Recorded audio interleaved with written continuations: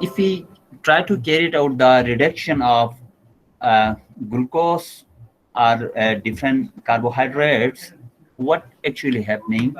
So, as we know that carbohydrate exists both in aldosis and ketosis. Both aldosis and ketosis can be reduced to alditols if we treat this aldose with sodium borohydride, which act as reducing agent, or if we just reduction carried out in the presence of platinum, um, then its aldehydic functionality convert into corresponding hydroxy, right? All other groups remain intact. Suppose this is chair conformation, this is beta glucose. uh, when it treated with sodium borohydride, it only reduces aldehydic functionality to its corresponding hydroxy group, which lead to the formation of D-sorbitol, right? Similarly, one another important reaction, suppose when hydrazine is treated with any aldehydic group or ketonic group, hydrazone form, right? Similarly, a reaction of monosaccharides with phenylhydrazine, this is phenylhydrazine, lead to the formation of osazones, right? Suppose an aldose or ketose will react with at least three equivalents of phenylhydrazine to yield phenylhydrazones, right? We are using three equivalents, right?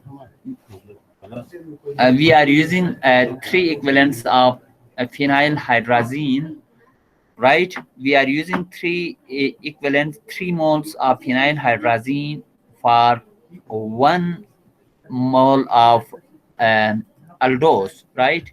Which lead to the formation of phenylosazone, in which aldehyde group convert into its hydrazone, right? And second carbon number two is also it also convert into carbon nitrogen double bond, right? So both carbon number one and carbon number two, just there is carbon nitrogen double bond takes place, which are also called hydrazones. But when aldose is treated with phenylhydrazine, then it is called phenylosazones, right? There are 3 moles are used, in which 2 moles are used here in the formation of phenylosazone, while there is a byproduct form as well as ammonia and water is eliminated, right? This is the mechanism of this reaction, in which base abstract proton from this position, initially from this position, right? And there is acid, और ये टाटोमराइज हो जाएगा. टाटोमराइजेशन के नतीजे में ये इसी form में कन्वर्ट होगा, राइट? जब ये इसी फॉर्म में कन्वर्ट होगा तो base again abstract proton from here, right? इसके नतीजे में एनिलीन की एलिमिनेशन हो जाएगी, तो ये इसी फॉर्म में आएगा.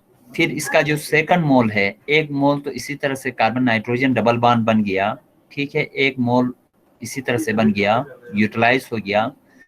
लेकिन जो सेकंड इसमें कैसे होता है, हाइड्रोक्सी के साथ कार्बन नाइट्रोजन डबल बॉन्ड कैसे बनता है, वो देखें. जब ये बेस यहाँ से प्रोटॉन एब्स्ट्रैक्ट करेगा और ये इसी तरह से मूव होगा और इसके नतीजे में एनिलीन की एलिमिनेशन हो जाएगी, तो हमारे पास इसी तरह का एक स्ट्रक्चर बन जाएगा जिसमें जो सेकंड कार्बन है ये कीटोनिक फंक्शनलिटी में कन्वर्ट होगा. देन इसका सेकंड एनिलीन का मॉलिक्यूल बिल्कुल इसी तरह मैकेनिज्म, इसी मैकेनिज्म के थ्रू ये ओसाजोन में कन्वर्ट होगा, ठीक है. जबकि हमारे पास एक एनिलीन बचता है. इसी तरह से जब ये इसमें कन्वर्ट होगा तो यहाँ से फिर एक एनिलीन की एलिमिनेशन हो जाएगी, जो यहाँ पर ऐसे बाय प्रोडक्ट के तौर पर, और साथ साथ एक अमोनिया की एलिमिनेशन हो जाएगी और वाटर मॉलिक्यूल जो है वो एलिमिनेट होगा. So in short we can say that aldose convert into phenylosazone when it treated with phenylhydrazine, right?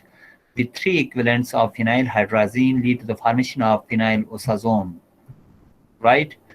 Suppose D-glucose and D-mannose are both are isomer to each other, that isomerize, we have already discussed in our previous lecture that when we treat it with a base, D-glucose convert into D-mannose, right? The only difference between D-glucose and D-mannose is at position number hydroxy at position number 2, right?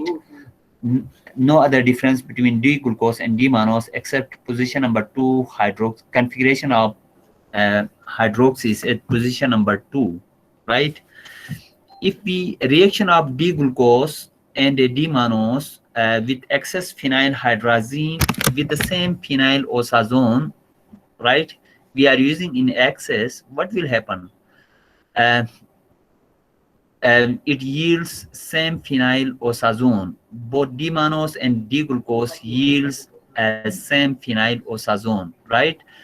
Therefore, D-glucose and D-mannose differ in configuration only at carbon number 2.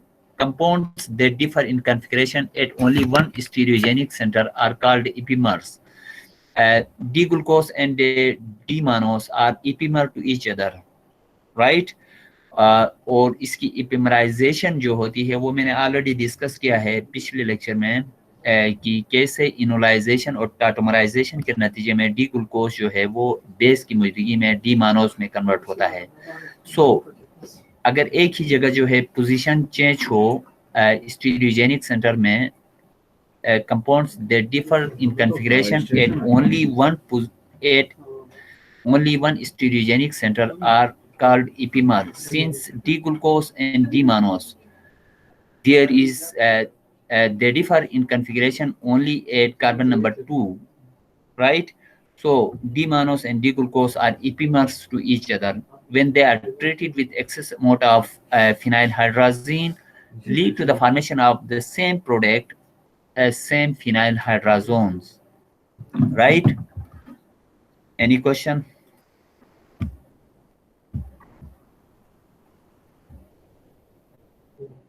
Sir इक्विमर से फिर से